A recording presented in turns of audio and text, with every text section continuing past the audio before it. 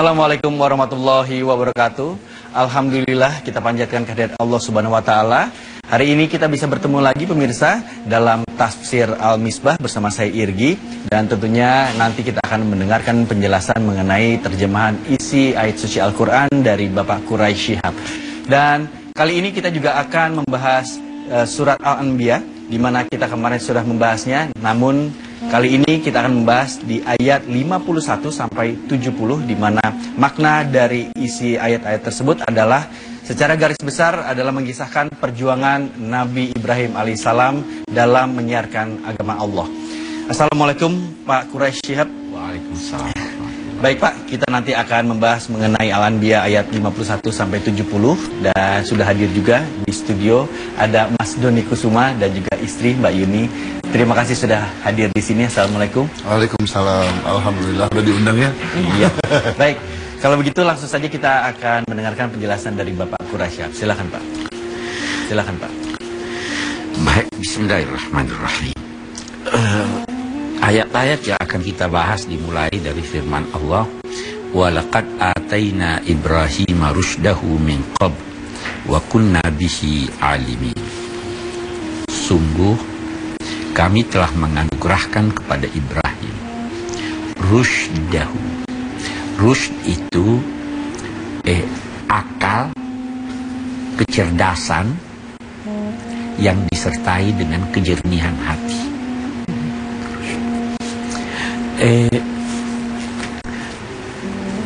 Seorang anak yatim biasa ditinggalkan oleh ayahnya yang meninggal harta yang banyak. Ada pesan Al-Quran, jangan serahkan harta itu kepada anak sebelum dia mencapai rusyd. Bukan cuma pandai, dia harus pandai mengelola hartanya, sekaligus memiliki kejernihan hati, sehingga dia tidak gunakan harta itu berfoya-foya. Jadi rusyd itu gabungan dari akal dan hati. Nabi Ibrahim alaihissalam, oleh ayat kita ini dikatakan, kami telah menganugerahkan kepada Nabi Ibrahim itu rusydahu, memberikan dia kejernihan pikiran, kejernihan hati, kemampuan mengelola apa yang di hadapannya, min qabl, sebelum apa? Sebelum dia jadi nabi. Jadi sebelum dia jadi nabi, dia udah hebat.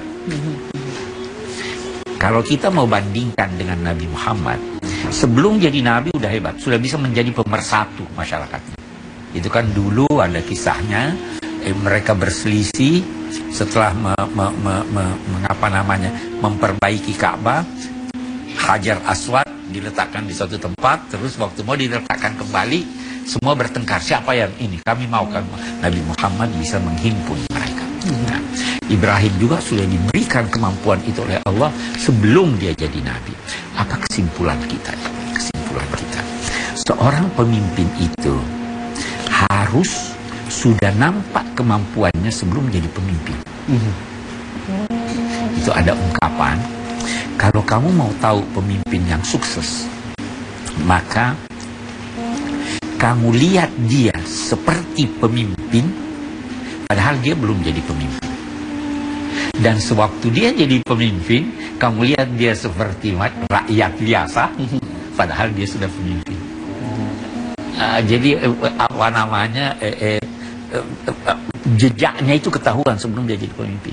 Jangan waktu jadi pemimpin terus bertingkah macam-macam. Ya kan? Ini dari ayat ini gitu. Wa kunna bihi alimin, kami sudah tahu tentang Ibrahim itu, maha tahu tentang dia. Renungkanlah ketika dia berkata kepada ayahnya dan kaumnya, ma hadhi tamasilul lati antum laha akifun. Apa ini patung-patung yang kalian terus menerus menemani patung-patung ini dengan penuh hormat kepadanya. Dia disembah. Patung-patung apa ini? Dulu Kita nanti lihat ini soal patung. Dulu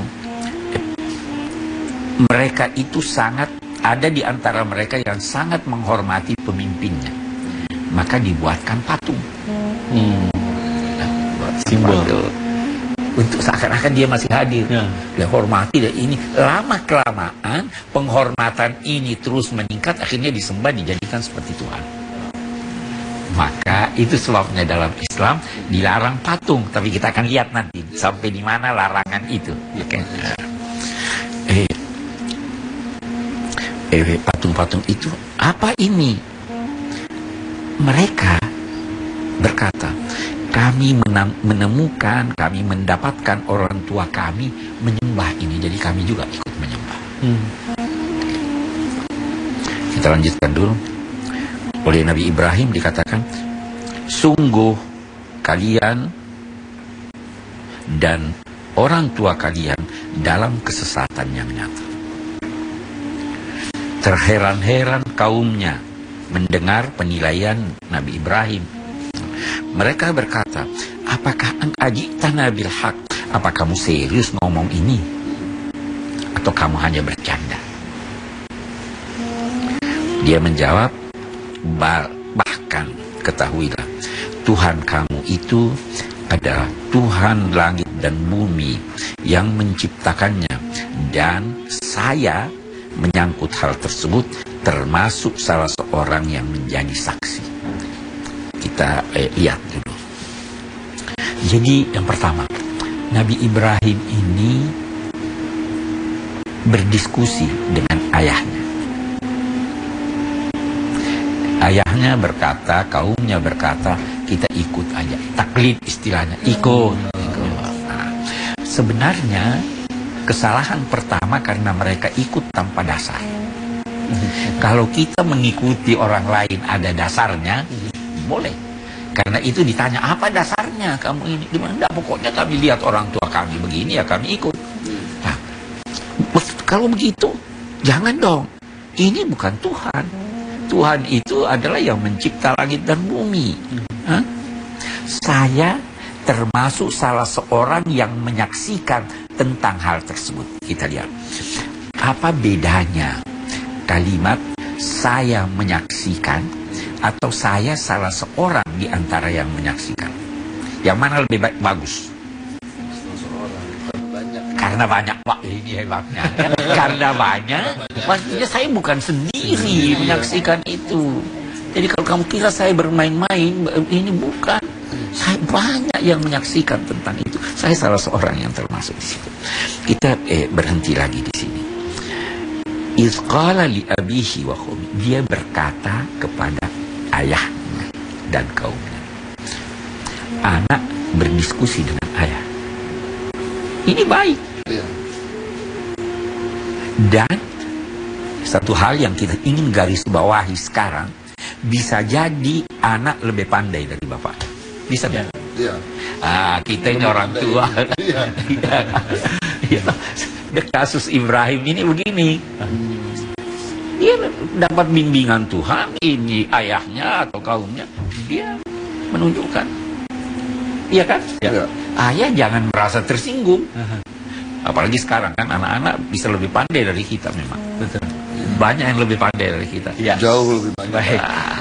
Agama membolehkan itu, jangan marah, jangan diktator harus begini, harus begitu. Betul sekali. Baik Pak Quraisy, boleh kita lanjutkan lagi untuk pembahasan di ayat selanjutnya. Untuk itu pemirsa jangan kemana-mana, tetap bersama kami di Tafsir Al-Misbah. Itu sebabnya nanti kita lihat Nabi Sulaiman pun menyuruh membuat patung-patung. Nah, atas dasar itu sebagian ulama berkata tidak ada salahnya kita membuat patung atau di rumah ada patung selama itu tidak disembah.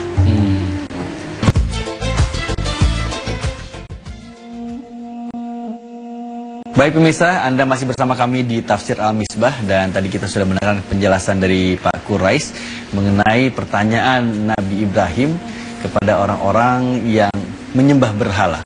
Baik, boleh kita lanjutkan lagi Pak Quraisy? Kita lanjutkan.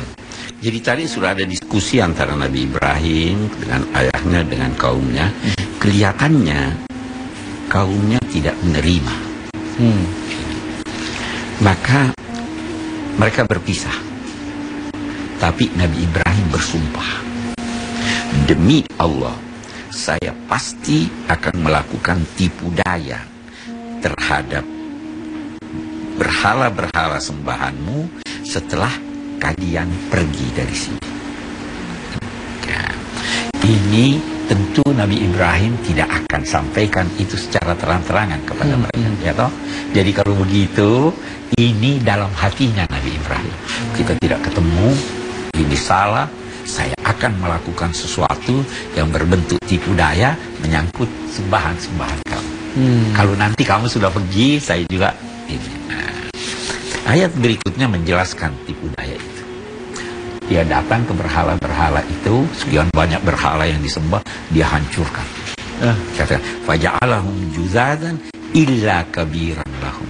Kecuali satu yang paling besar. Dibiarkan. Dengan harapan agar mereka, penyembah-penyembah itu, kembali kepadanya. Nyanya ini apa? Kembali kepada berhala itu atau kembali kepada Ibrahim bertanya. Iya kan, dua-duanya bisa gitu. Oh, ini kita punya sembahan-sembahan sudah hancur. Bagaimana nih? Tanya kepada yang berhala yang masih ada nih. Nah, atau karena mereka tahu tidak bisa ngomong, mudah-mudahan dia kembali pada saya untuk saya jelaskan itu. Ada satu hal yang kita ingin berhenti dulu sejenak. Yang pertama, terlihat di sini bahwa Nabi Ibrahim membiarkan satu berhala wujud, ya kan? Menghancurkan yang lain. Ini oleh sementara ulama dikatakan begini, kalau demikian sebenarnya patung-patung itu tidak terlarang kecuali kalau disembah. Kalau tidak disembah atau ada mempunyai tujuan yang benar, boleh aja dia ada.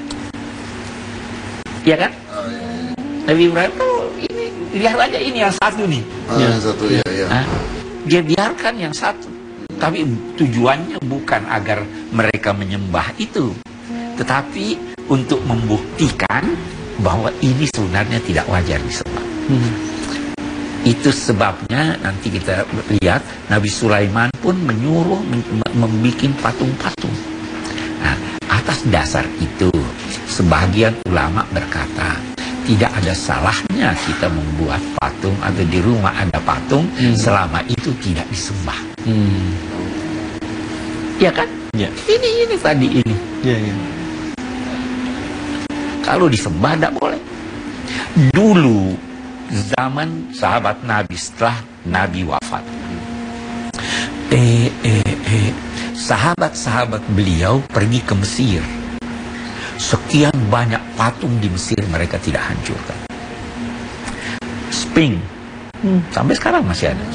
Sekian banyak patung-patung itu di Aswan, di Abu Za'bal, di ini masih ada itu semuanya.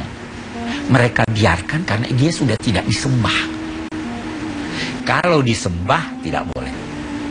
Nah, karena itu ada sementara ulama berkata, saya di rumah ada asbak, patungnya Fir'aun. Besok ini kenapa Pak ada patung ini di sini? Saya bilang, enggak, ini supaya dibakar setiap saat. Karena asbak kayak bergurau gitu. Tidak disembah. Nah, tapi ada orang-orang, kita tidak bisa salahkan, yang sangat hati-hati, terus berkata, enggak, patung tidak boleh. Ya kan?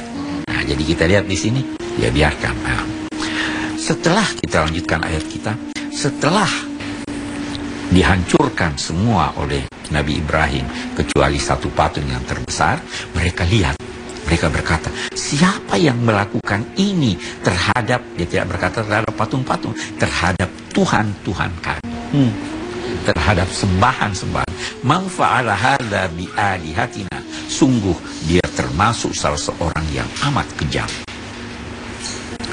Yang lain berkata, qalu sami'na fatan yadhkuruhum yuqalu lahu Ibrahim. Ada yang bertanya, siapa yang bikin ini? Terus ada sebagian berkata, kami ada dengar ada satu anak remaja yang selalu menyebut-nyebut tentang patung-patung ini dengan penyebutan yang buruk. Ini bukan Tuhan ini. Kita ingin garis bawahi lagi. Yang mereka tunjuk itu seorang remaja. Fatan. Artinya bukan orang tua. Masih muda. Masih muda. Masih muda. Ya kan? Fatan. Nah, dia itu bernama Ibrahim. Tadi kita baca bahwa Allah telah menganugerahkan kepada Nabi Ibrahim rusdahu sebelum dia jadi Nabi. Jadi sejak remaja dia sudah hebat. Qalu fa'tu bihi ala a'yunin nasi la'allahum yashhadun. Mereka berkata, bawa dia kemari di hadapan orang banyak, mudah-mudahan orang banyak itu akan menjadi saksi. Jadi saksi pemberat. Atau mudah-mudahan orang banyak itu menyaksikan penyiksaan kita terhadap yang menghancurkan patung-patung kita. Oke, saya kira kita lanjutkan. Baik, untuk penjelasan yang lebih lanjut akan kita lanjutkan setelah yang berikut ini. Tetaplah bersama kami di Tafsir Al-Misbah. Itu hukum alam itu hanya di luar kebiasaan. Kita tidak bisa berkata bahwa sebab yang kita ketahui itulah yang mengantar kepada akibat.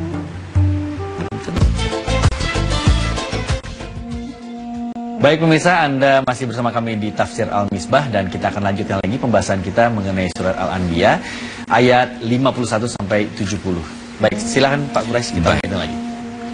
Nabi Ibrahim didatangkan atau remaja Ibrahim ini didatangkan, mereka bertanya, apakah engkau yang melakukan ini terhadap sembahan-sembahan kami, wahai Ibrahim? Nabi Ibrahim menjawab, tidak, yang melakukan itu yang gede ini. Coba tanya, fas'aluhum. Kalau memang dia bisa berbicara, pasti dia akan jawab siapa yang ini, ya kan? Maka yang ditanya ini kaumnya ini sadar, ini kan tak bisa bicara. Hei, kita yang salah sembah dia, ya kan? Tetapi nafsu timbul, tiba-tiba mereka berbalik. Berbaliknya, summa nukisu ala ru'usihim, dan menjawab, kamu kan sudah tahu wahai Nabi Ibrahim bahwa itu tidak bisa ngomong. Kalau begitu, Nabi Ibrahim menjawab, kalau demikian, apakah kalian menyembah sesuatu selain Allah yang tidak memberi manfaat kepada kalian walaupun kalian sembah, dan tidak memberi madarat kepada kalian walaupun tidak disembah? Terus Nabi Ibrahim melanjutkan, uffin lakum, cis buat kamu semua, dan terhadap apa yang kamu sembah selain Allah. Tidakkah kalian berakal bahwa ini tidak punya kemampuan? Kalau tadinya pada mulanya mereka sudah sadar bahwa dia salah, nafsunya, keyakinannya yang salah itu menjadikan mereka berbalik. Kalau sadar sekarang tidak mempertahankan dia punya keyakinan. Maka karena mereka tidak dapat menjawab, mereka berkata, bakar dia, bakar Ibrahim, dan belalah Tuhan-Tuhan kamu. Itu kebiasaan orang yang kalah dalam diskusi, bersikap kasar. Ya, terus kau gimana? Ya udah. Jadi beginilah juga kaumnya. Nah, maka dikatakan bakarlah dia, bela Tuhan-Tuhan kamu. Maka mereka membuat api yang sedemikian besar, baru melemparkan Nabi Ibrahim ke api itu. Di sini Allah menyatakan, qulna ya naru kuni bardan wa salaman ala Ibrahim. Wahai api, jadilah kamu dingin dan selamat buat Nabi Ibrahim. Kalau dia katakan dingin, tidak ada kata selamat, kedinginan dia. Dingin dan memberi keselamatan kepada Nabi Ibrahim. Mereka itu, firman Allah, ingin melakukan suatu tipu daya terhadap Nabi Ibrahim dengan membakarnya, tetapi kami Allah menjadikan mereka itu kalah, tidak berhasil. Satu hal yang saya ingin jelaskan di sini, ini masuk akal ini, api jadi dingin. Nggak bisa harfiah, nggak bisa ya. Ini mukjizat. Ada bahasan di kalangan cendekiawan dan ulama bahwa ada hukum-hukum alam. Api pasti membakar. Oke. Tetapi apakah hukum alam itu terus harus terjadi seperti itu? Tidak. Hukum-hukum alam itu tidak lain dari ikhtisar pukul rata statistik. Setiap saat kita lihat air mencari tempat yang rendah, lahir hukum alam. Nah, tapi apa yang menjadikan dia mencari tempat yang rendah? Itu ini hukum alam itu, apakah ada yang menciptakannya atau tidak? Harus ada. Harus ada. Harus ada itu pasti. Jadi hukum nah yang menciptakannya ini Tuhan. Memang Tuhan bisa menciptakan sesuatu yang menakjubkan, ya kan? Ya. Tetapi terkadang kalau kita sudah terbiasa melihat itu, ketakjubannya berkurang.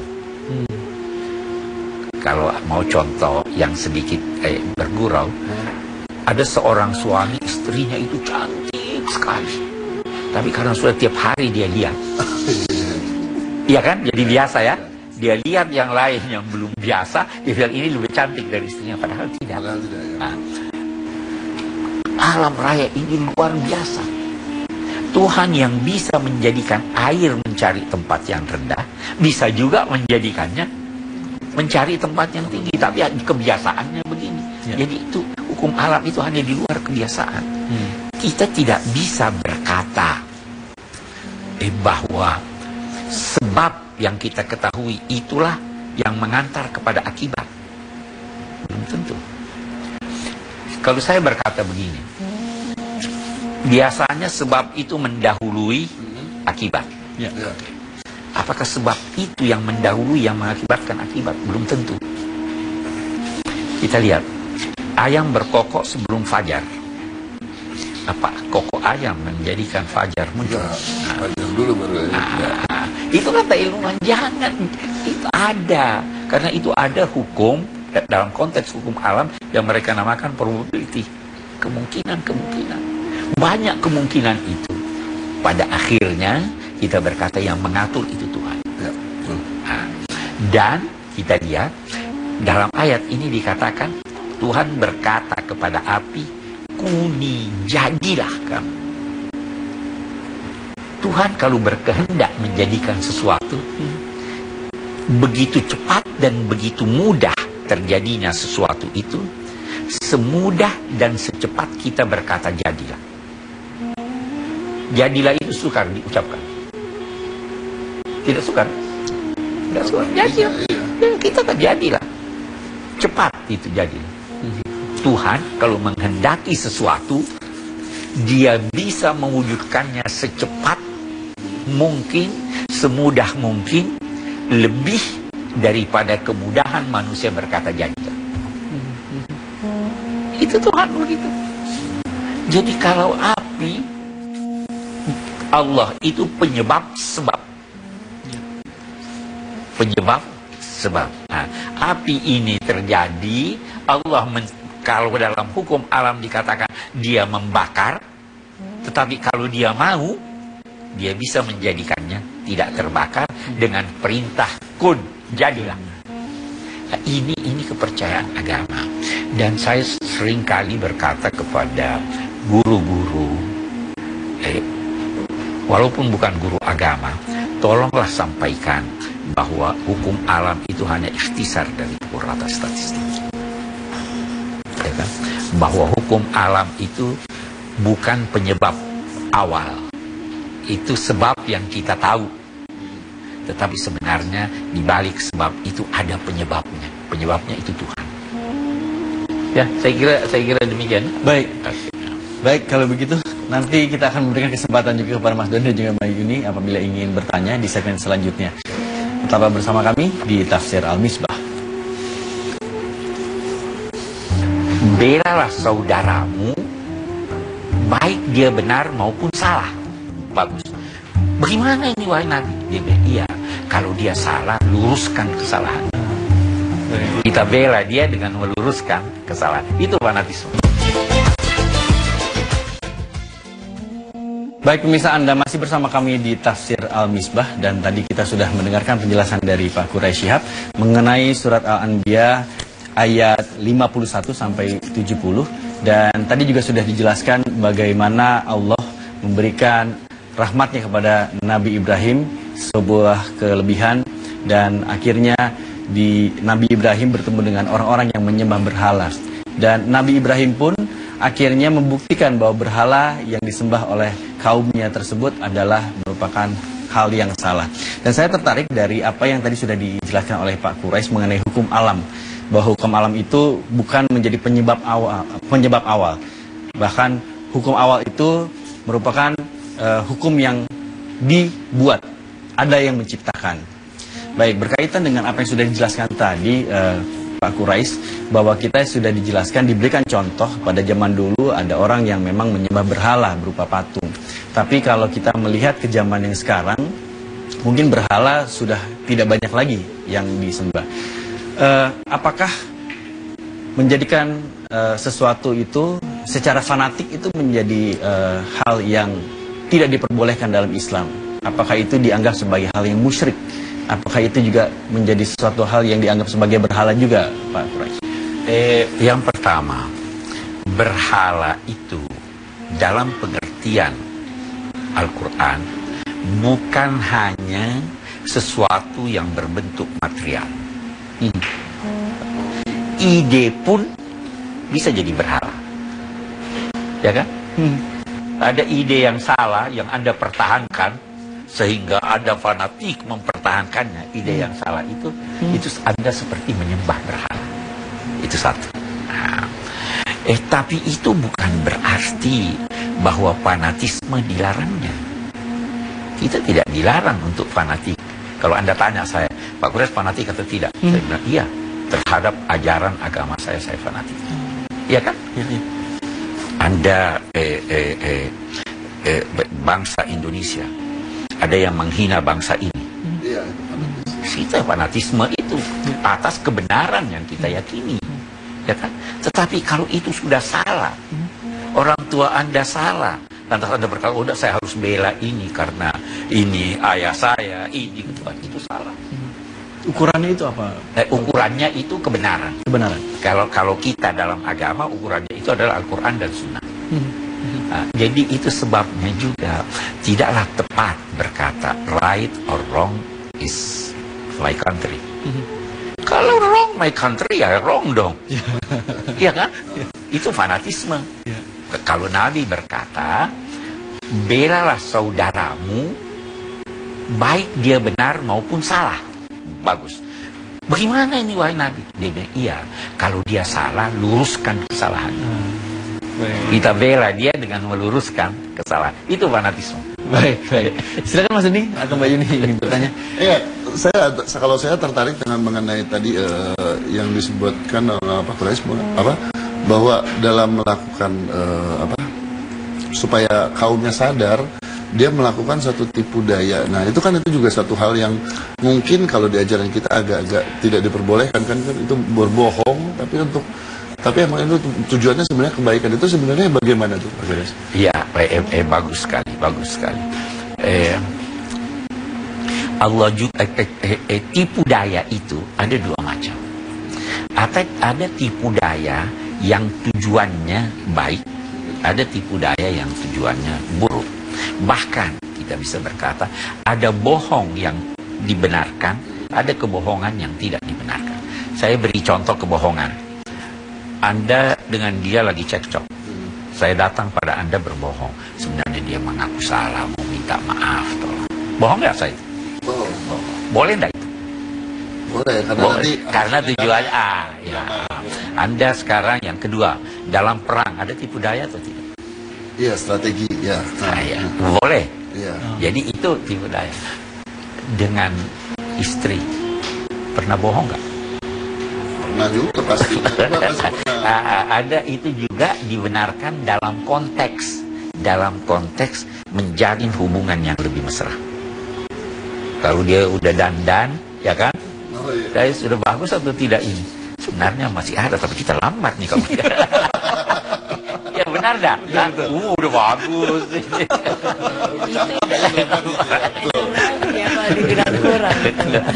Itu sering terjadi. Oh, sering terjadi ya.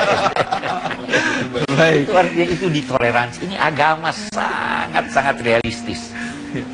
Nah, jadi tipu daya ada dua macam, fanatisme ada dua macam. Iya. Jadi memang ada yang dibolehkan dan tidak dibolehkan. Ada yang tidak. Baik, Mbak Yuni silakan kalau ada pertanyaan. Mengapa Nabi Ibrahim itu tidak diberikan kitab suci oleh Allah seperti nabi-nabi yang lain begitu, Pak? Bagus. Yang pertama dulu, memang tidak semua nabi diberi kitab suci. Ya. Terkadang ada nabi yang semasa dan setempat dengan nabi yang lain. Nabi Musa dan Harun itu adik-beradik, hanya Nabi Musa yang diberi kitab suci. Karena Nabi Harun diharapkan menjalankan tuntunan itu.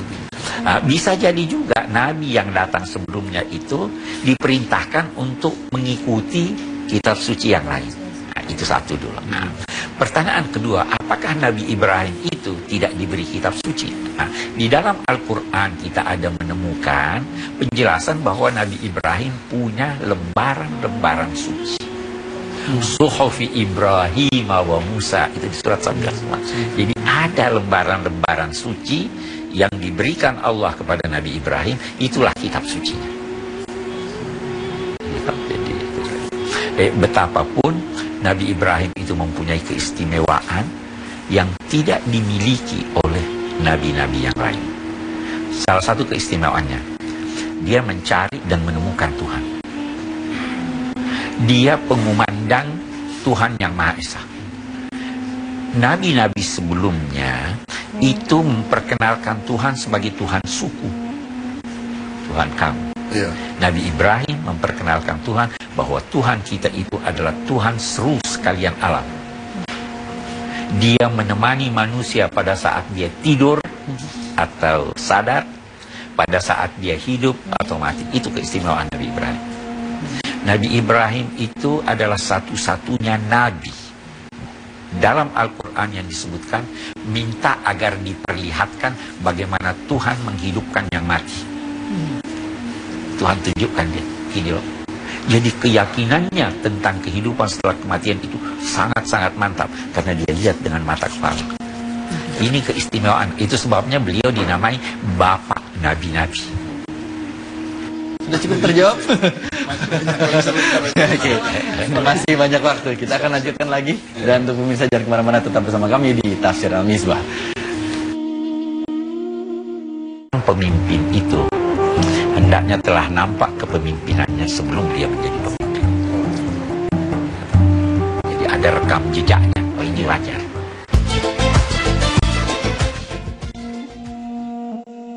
Baik pemirsa, Anda masih bersama kami di Tafsir Al-Misbah dan pembahasan kita mengenai surat Al-Anbiya ayat 51-70 sangat seru sekali.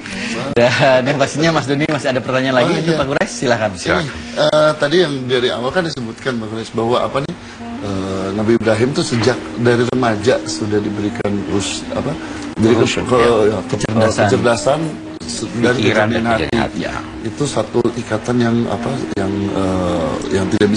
tidak boleh dipisahkan. Tidak boleh dipisahkan. Nah, dalam pelaksanaannya kadang-kadang kita tadi tersangkut dengan pertanyaan saya sebelumnya, dalam pelaksanaan kadang-kadang kita agak membengkokkan kejernihan hatinya. Itu boleh nggak sih sebenarnya? Membengkokkan apanya?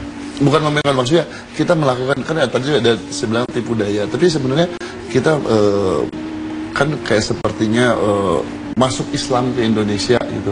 Para wali mereka menggunakan adat istiadat. Kadang-kadang adat istiadat tersebut keluar dari konteks agama kita itu. Nah sebenarnya masuk konteks nggak apa-apa nggak sih? Jadi kalau misalnya kayak kalau ada orang kematian ada 3 hari, 7 hari, 40 hari sebenarnya di agama kita kan nggak ada gitu. Kita harus lihat apakah budaya yang ada dalam satu masyarakat itu bertentangan dengan agama atau tidak. Tidak harus sesuai dengan apa yang diamalkan Nabi. pada awal masa Islam pun ada budaya. Islam itu datang bukan di tengah masyarakat yang hampa budaya, ada budaya. Nah, budayanya ini ada yang tidak sesuai dengan ajaran Islam, itu dia luruskan. Misalnya yang tidak sesuai, penyembahan berhala, itu sudah membudaya, tidak boleh. Ada yang sesuai, misalnya hormat pada orang tua. Oh iya. Ya kan? Sesuai. Misalnya membantu orang, itu budaya yang baik, Ya. diluruskan. Pakaian pada masa itu paling tidak buat pria kita masih sampai sekarang masih serban di Iya, harus tertutup semua. iya kan? Ya. Oke. Ada lagi budaya yang diluruskan, diperbaiki. Ya kan? Dulu mengangkat anak boleh, dan anak itu mempunyai hak-hak seperti hak-hak anak kandung. Anak kandung, ya. Islam datang boleh angkat, tapi diluruskan. Jangan samakan dengan anak kandung.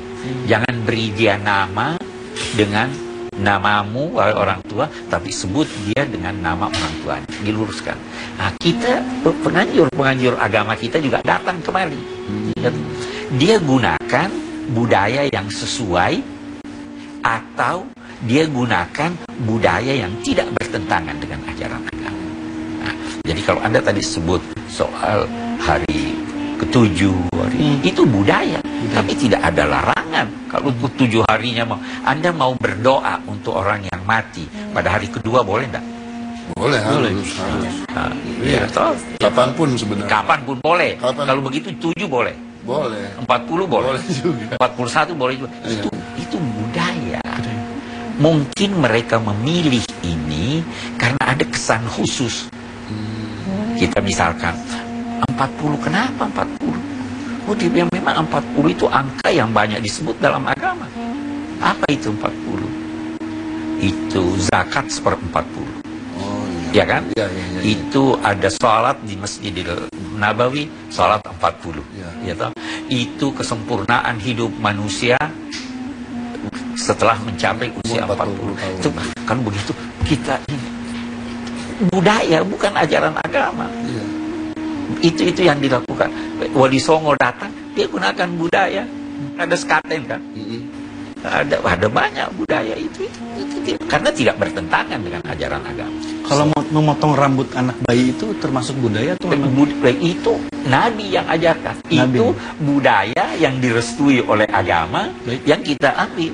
Baik. Nah, karena itu ketika kita memotong rambut anak, kita jadikan itu sebagai salah satu budaya yang Rasul ajarkan untuk dilestarikan. Baik. Boleh. Ada budaya masa lampau yang boleh jadi tidak sesuai dengan kita. Kalau saya lihat juga ada sesajen lupa itu. Iya. Nah, itu Sesajen bagaimana? kalau itu ditujukan kepada selain Tuhan terlarang. Tetapi kalau Anda membaca sesuatu ayat atau memperingati sesuatu yang dibolehkan, lantas ada dupa, bagus nggak?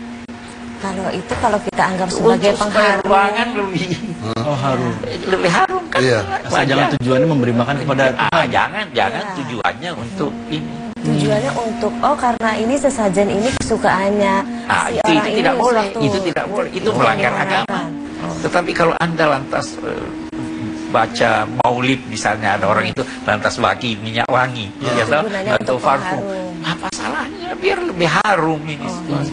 Karena kita tidak anggap itu sebagai agama, kita anggap itu sebagai budaya kita di sini. Nah, ada budayanya masa Nabi yang kita tidak pakai karena budaya kita bertentangan dengan itu, dan itu bukan wajib.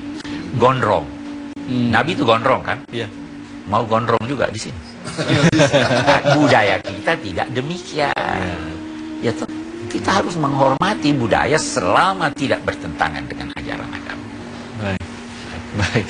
Ya. Wah, seru banget untuk hari ini ya. Baik, kalau gitu Pak Gures, boleh kita berikan kesimpulan untuk apa yang Kesimpulan, sudah kita baca dapat hari ini? kesimpulannya. Kita baca kesimpulannya.